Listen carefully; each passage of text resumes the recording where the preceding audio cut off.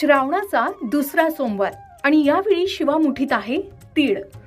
पण एक प्रश्न अनेकांना पडतो, शिवामुठीत नेमके कोणते तीळ व्हायचे? काळे तीळ, पांढरे तीळ की लाल तीळ? या तीनही तिळांना धार्मिक परंपरेत वेगवेगळं महत्त्व सांगितलं जातं. कोणता तीळ कशासाठी अर्पण करतात, शिवलिंगावर तीळ नेमके कसे व्हायचे, कोणता मंत्र म्हणायचा आणि ही शिवामूठ योग्य पद्धतीने कशी करायची? चला श्रावणाच्या दुसऱ्या सोमवारची शिवामूठ, तिळाची शिवामूठ अगदी सोप्या पद्धतीने जाणून घेऊया. आता शिवामुठीसाठी कोणते तीळ व्हावेत? पहिले काळे तीळ. धार्मिक परंपरेत काळे तीळ शनी, पितृस्मरण आणि नकारात्मकता दूर करण्यासाठी जोडले जातात. काळे तीळ शिवलिंगावर अर्पण केल्यानं अडथळे, नकारात्मकता आणि मानसिक अस्वस्थता दूर होण्यासाठी प्रार्थना केली जाते. शनीशी संबंधित त्रास कमी होतो अशी ही धार्मिक मान्यता असल्याचं सांगितलं जातं.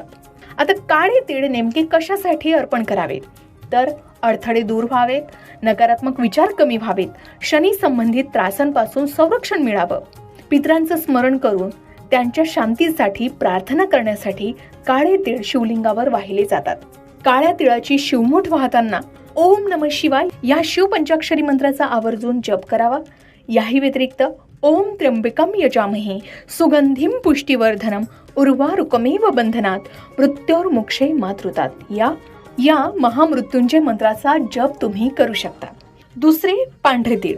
पांढरे तीळ शुद्धता, सात्विकता आणि शांततेचं प्रतीक मानले जातात. पांढरे तीळ भगवान शिवाला अर्पण करून घरात शांतता, सुख समाधान आणि सकारात्मकता राहावी अशी प्रार्थना केली जाते.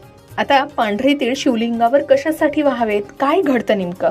तर मनशांतीसाठी पांढरे तीळ शिवलिंगावर अर्पण केले जातात. घरातील वातावरण प्रसन्न राहण्यासाठी, कौटुंबिक सौख्यासाठी आणि आध्यात्मिक प्रगतीसाठी शिवलिंगावर पांढऱ्या तिळाची शिवामूठ व्हावी असं सांगितलं जातं. आणि ही शिवामूठ वाहताना ओम नमः शिवाय या शिवपंचाक्षरी मंत्राचा जप तुम्ही करू शकता किंवा शिवपंचाक्षरी मंत्राचाही जप केला जाऊ शकतो. मात्र हा जप 108 वेळा आवर्जून करावा, ज्यामुळे तुम्हाला नक्कीच शुभफळ प्राप्त होऊ शकतात. त्यानंतर तिसरे लाल तीळ.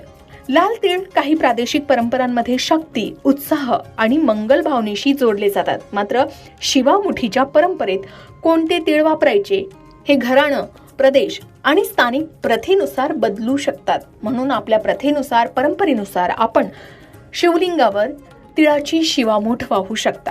लाल तिळाची शिवामूठ अर्पण करताना कार्यसिद्धी, धैर्य, ऊर्जा आणि इच्छापूर्तीसाठी भगवान महादेवांकडे प्रार्थना केली जाते. यामुळे काय घडतं आणि हे कशासाठी अर्पण करतात माहितीये? तर